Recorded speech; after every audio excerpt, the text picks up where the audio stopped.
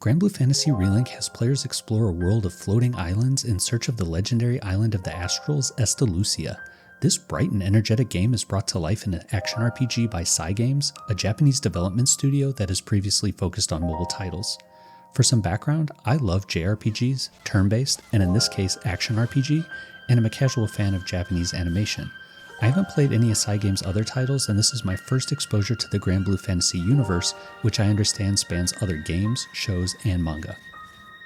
The game throws you right into a group of characters that have a history with each other and are already out on their adventure. The art style is colorful and clean and looks really beautiful both in the characters and the world around them. You assume the role as a flying ship's captain, navigating islands out amongst the clouds. I was pleasantly surprised to find that all of the dialogue, main and side, is voiced, and the voice acting is quite good. The characters' temperaments are all positive and lighthearted, and combined with the adventurous music, it gives the game a nice light vibe. The action starts right away with a boss fight that acts as a tutorial before setting you on course for the main adventure. The first hour wraps up arriving in a town which is detailed, alive, and it feels lived in. There are a lot of neat little details, and the game rewards exploration in and out of town with items and chests to find. I spent the second hour exploring the town more and learning the different gearing and level up mechanics. There's an item shop where you can purchase materials to use at the blacksmith, which can upgrade your weapons, as well as the sigils, which are equipped to weapons for additional bonuses. There's also a skill tree for each character, which has a few branching paths to increase your offensive and defensive stats, as well as special abilities which you can equip up to 4. The skill tree isn't very deep in terms of customization though, and most of the nodes are static increases to your attack and defenses. The town has side quests which you can pick up and a quest counter where you can set out on missions, similar to Monster Hunter. The quest counter also has fate episodes which are voice backstories for each of the characters. It took me about 25 minutes to watch all the ones for the main 4 characters in my party, and there are more that are level locked. It's a nice addition to help get caught up and piece together how these characters know each other and got to where they are now, but it wasn't as informative as I hoped. In the third hour, I did some side quests and started on the main quest. The dialogue and cutscenes are concise, so you're never out of the action for too long, and I'm starting to get attached to the characters through their enjoyable side banter and camaraderie while exploring and fighting monsters.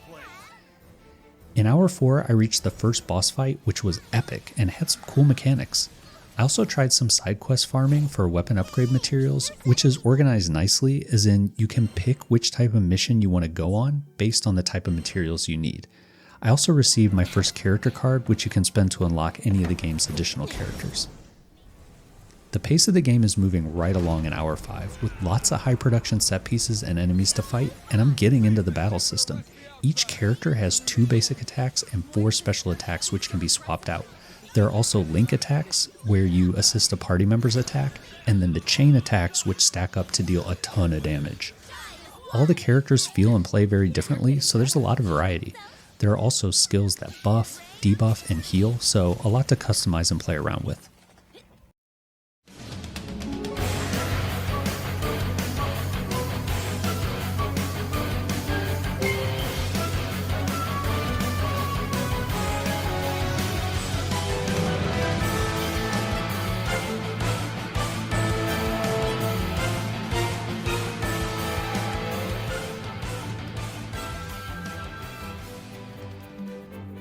All the videos I watched prior to this game's release had me excited.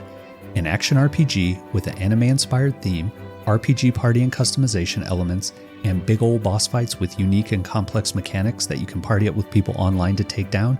Yeah, and it is all of that, and I'm hooked.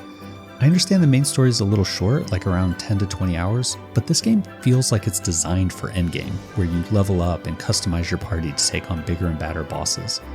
I love the art style, music, and voice acting, and really my only gripe is around the story. I just wish I had more context as the game drops you right into the middle of the adventure. Perhaps I should have watched the anime or read the manga for more backstory. The character motivations are paper thin too, but the plot is interesting enough, the dialogue is upbeat and enjoyable, and the whole game moves at a good pace.